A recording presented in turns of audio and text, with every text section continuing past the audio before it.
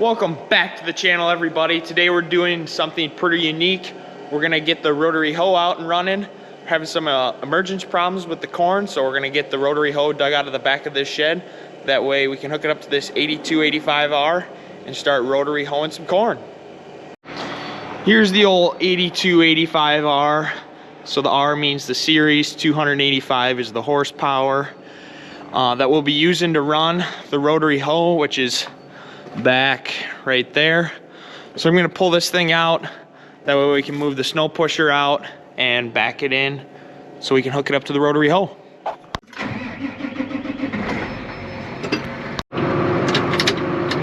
This 8285 used to be our main tractor for planting and for the grain cart, but now that we have that new 8R 340 that's on the planter, this one pretty much just lives in the shed.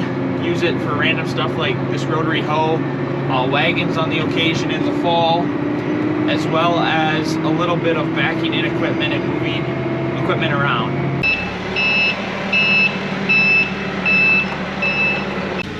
Come ahead.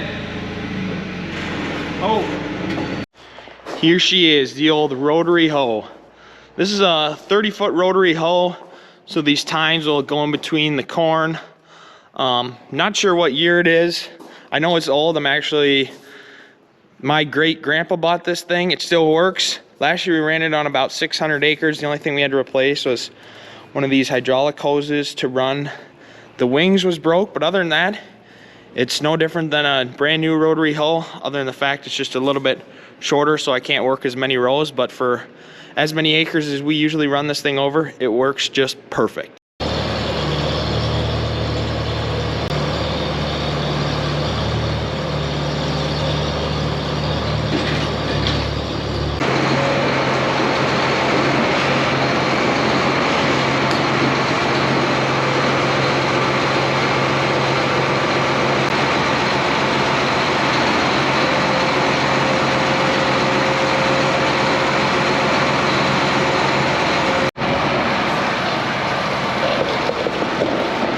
It's been so long since we've ran this tractor that it actually needs to update, so I'm waiting at the field. It says I got about 5 minutes on an update for the display. That way I can run the tractor before I can get started.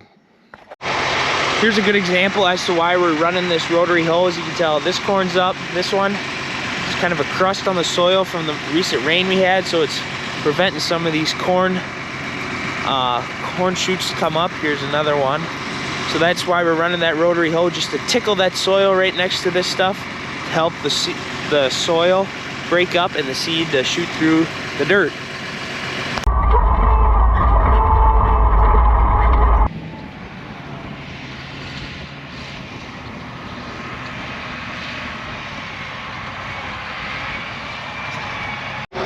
Checking to see that there's nothing on any of these spikes, and looks like here we got some dead animal of sorts, so we just gotta pick him off there. And we're back to her. I just finished rotary hoeing this field. Only did the headlands and a little bit where the intakes are, because there's some definite water sitting there which caused that crusting. So now I'm gonna fold up the rotary hoe and head to the next farm.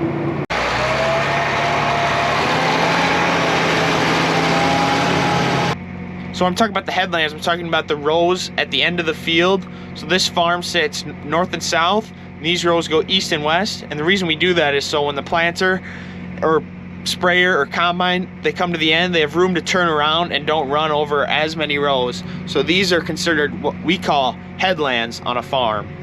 The trick to rotary hoeing is you want to make sure you get a fair amount of speed. I'm going in gear 13, 12 miles an hour. That way the rotary hose on the back, they start to kick up that dirt, break up them clods, really get the dirt moving. So the trick is keep going fast, try to stay between the rows. I normally would have auto steer while doing some rotary hoeing, but this winter, because of the microchip shortage, some of the GPS equipment was bringing high premiums.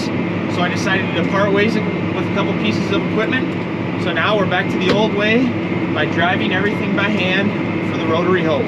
Since I don't have GPS in here, I use this seam in the middle of the hood and I keep that between these two center rows, and that way I know that the implement's in the right spot.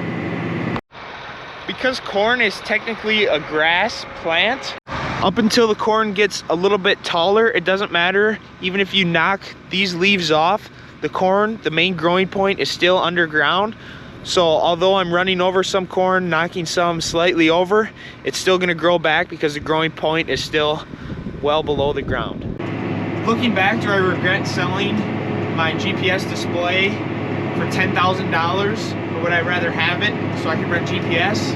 The answer to that, I would say, is no, because although I'm in standing crop, as long as I keep my eyes on the rows and stay observant, it's definitely not worth $10,000 for one small piece of equipment that I would only use one day on the farm.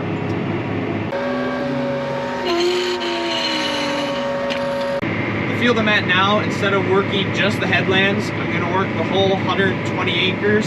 Reason being, there's a lot of problems with emergence all throughout this farm. It's one of the least tiled farms we have, so we're going to work everything on it. Another benefit of running the rotary hoe over here is we're going to have a lot better weed control earlier in season, because since I'm working up basically all of the area of the farm that's not standing crop, I'll be able to put on a later application of my post-emerge corn herbicide than usual, since everything will have been hoed. 3, 4, 5, 6.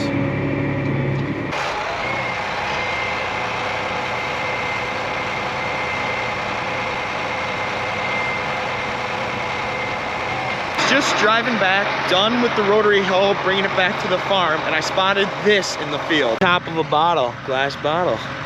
Kind of cool.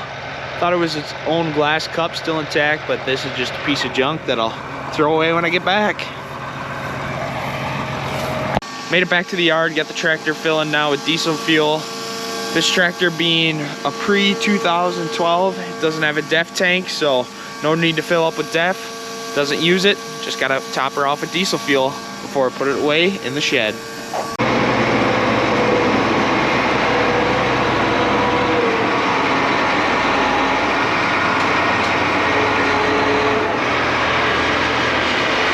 Now that I got the rotary hoe backed into the shed, gonna switch over to the next thing I gotta get done. Now I got this 9R tractor behind me. I power washed it off, cleaned out the inside, got the toolbox empty. This tractor we just rented for this spring.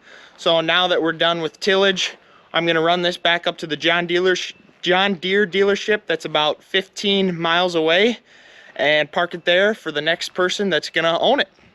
Don't worry, although we're getting rid of this 9R, we're still gonna have ours here this fall, so we'll still get some more good footage with the 9R. Made it up to John Deere. Just gonna double check, got all the tools out of here, and now gonna return the key and then head back home. Today I did a little rotary hoeing, got the 9R tractor brought back, washed up, got the digger that was on that 9R tractor washed up, that other digger sitting back here, try to get that washed up and put back away for tomorrow. But that's gonna be it for today's video. Thanks so much everyone for watching, and we'll see you in the next one.